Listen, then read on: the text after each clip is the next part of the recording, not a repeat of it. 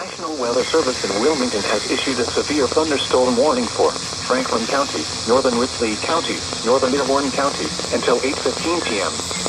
At 7:30 p.m., a severe thunderstorm was located 10 miles south of Greensburg, moving east at 50 miles an hour. Hazard, 60 miles an hour wind gusts and quarter-size hail. Source, radar indicated. Impact, minor hail damage to vehicles is possible. Expect wind damage to trees and power lines.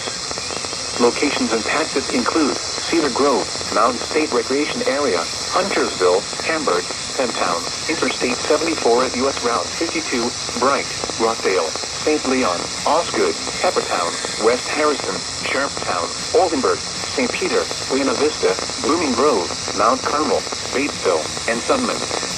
This includes the following interstates: I-74 in Indiana between mile markers 145 and 171. I-74 in Ohio near mile marker 0.